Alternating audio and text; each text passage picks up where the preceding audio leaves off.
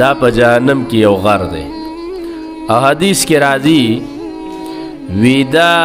د اور غر دی او دی با او یا کالا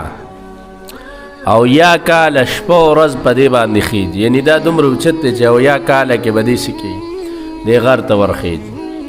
او بل روایت کې دا راځي چې دا دومره ګرم دی په جهنم کې دا غر صعود چې دې په لاس کې دي کنه دا ټول لاس به ویلی شي دومره ګرم. او چې کله ته لاس دی خوا کې نو بیا به سم شي چې بیا پې کېږدي نو بیا به دا ټول لاس او فرشتې به یې وخي چې شابه خېجه دې غر ته خېجه او که خپه پې کېږدي نو ټوله خپه به ویلی شي او چې خپه ته دې خوا کې نو بیا به سم شي.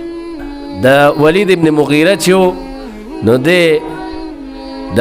رسول الله صلی الله علیه وسلم لراغه او پیغمبر علیه الصلاۃ والسلام ته نږدې شو. پیغمبر علیه الصلاۃ والسلام قرآن ہوئے چې قرآن کریم تلاوت کو نو د ورته غوږ کېښوده. کافرانو را لېږلی چې د باندې څه فتوا ولګوه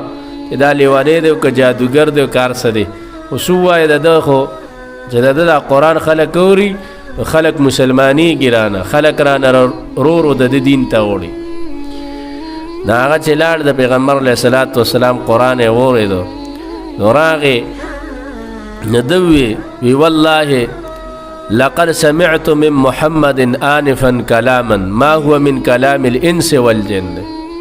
کافر خو دا د دنیا نه کافر تللی دی خو چې د پیغمبر علیه الصلاۃ والسلام د خولې نه قرآن کریم واورېده قسم په الله وي ما د محمد علیه السلام نه داسې خبرې واورېدې چې هغه د انسانانو خبرې نه دي هغه د پیرهیانو خبرې نه دي. ان له لحلاوة بېشک هغې کې خوږوالی دی څه شی دی پکې خوږوالی.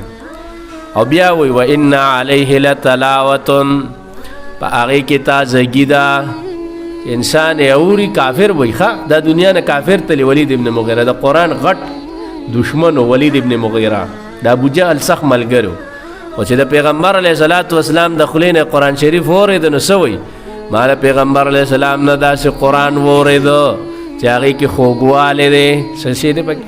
خوږوالی دی بل پکې څه دي و ان علیه لتلاوة بېشکه په دې کې تازګي پرته ده څه ده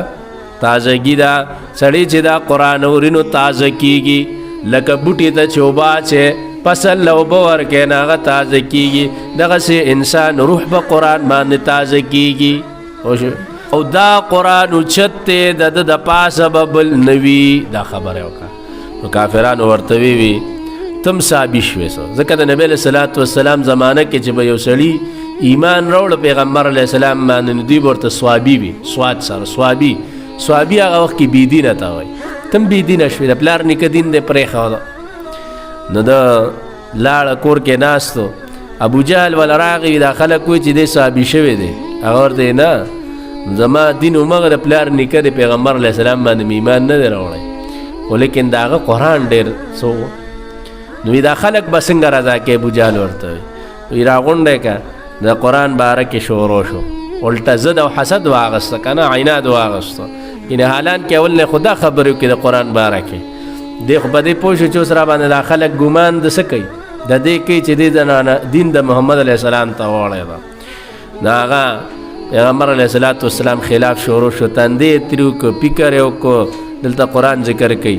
او رنګ یې بدل کړو بې شک او تکبر یې وکړو او دا فتوی ولګوله پیغمبر علیه السلام باندې چې د پیغمبر علیه الصلاۃ والسلام دا قرآن څه دی